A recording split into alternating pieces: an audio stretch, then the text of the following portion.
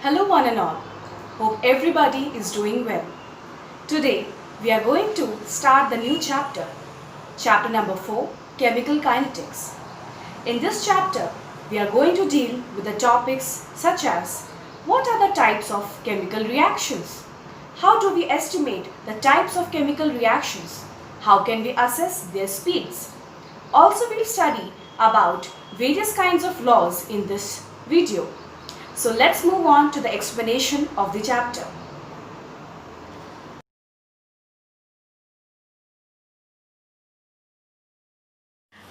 So let us begin the journey of the chapter.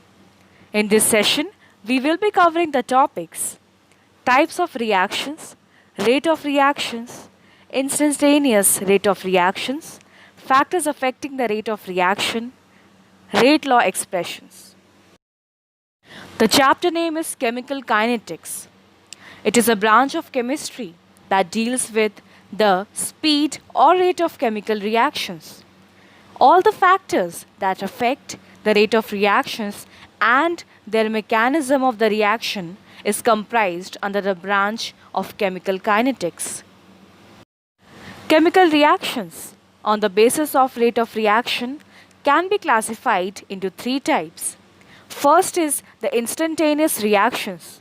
They complete in less than 10 to the power minus 12 seconds. They are basically ionic reactions. Second category is slow reaction. These reactions complete in a long time from some minutes to even some years. For example, rusting of iron. The third category is moderate reactions, which are intermediate between slow and fast reactions. Now let us understand what is the rate of reaction.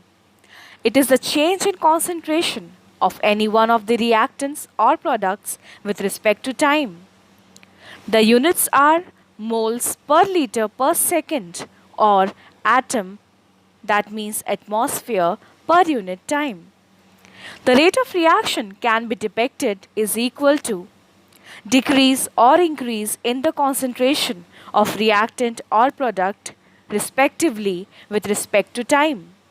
The symbol is RAV, that means the average rate of reactions, which is calculated by dividing the concentration difference by time intervals.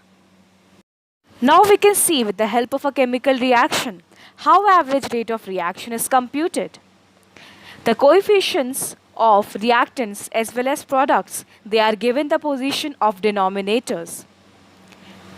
A negative sign is located in front of the reactants, which means that the concentration of reactants is continuously decreasing. There is a positive sign in front of the products. Also, the rate of disappearance of all the reactants is equal to minus delta A upon delta T. Delta A represents the change in concentration of reactant A, and delta T is the difference in time. The rate of appearance of the product C is equal to plus delta C upon delta T. The instantaneous rate of reaction. These are the rate of chemical reaction that are taking place at a particular moment of time. They are very fast and difficult to assess. For a reaction consideration, R gives P, that means reactant forms product. So R instantaneous is given by minus dr by dt is equal to plus dp by dt. D represents a very small change in concentration of reactants and products. There are different methods for the measurement of reaction rate. First is the pH measurement method. Second, change in the optical activity, that is, the amount of rotation when the plane polarized light is incident on a particular compound. Third method is change in pressure, and last, change in conductance. It is the fact to be remembered that the slowest step of the reaction is called rate determining step, as proposed by Van 't Hoff, chemist. The four factors affecting the rate of reaction are as follows. The first is catalyst. Second is nature of reactants.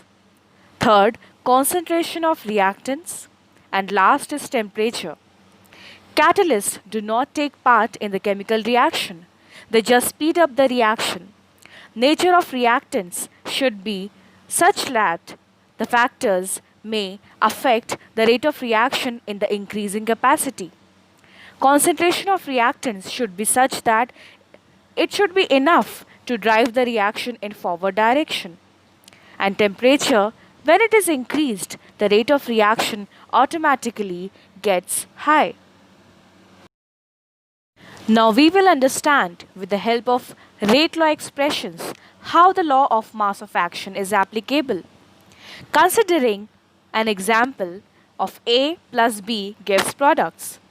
It is according to the rate law that rate is directly proportional to the product of the two reactants raised to the power of the coefficients which may or may not be equal to the coefficients as represented in the balanced chemical equation. After removing the proportionality sign, we get a rate constant K. So the rate law becomes equal to K A to the power A, B to the power B.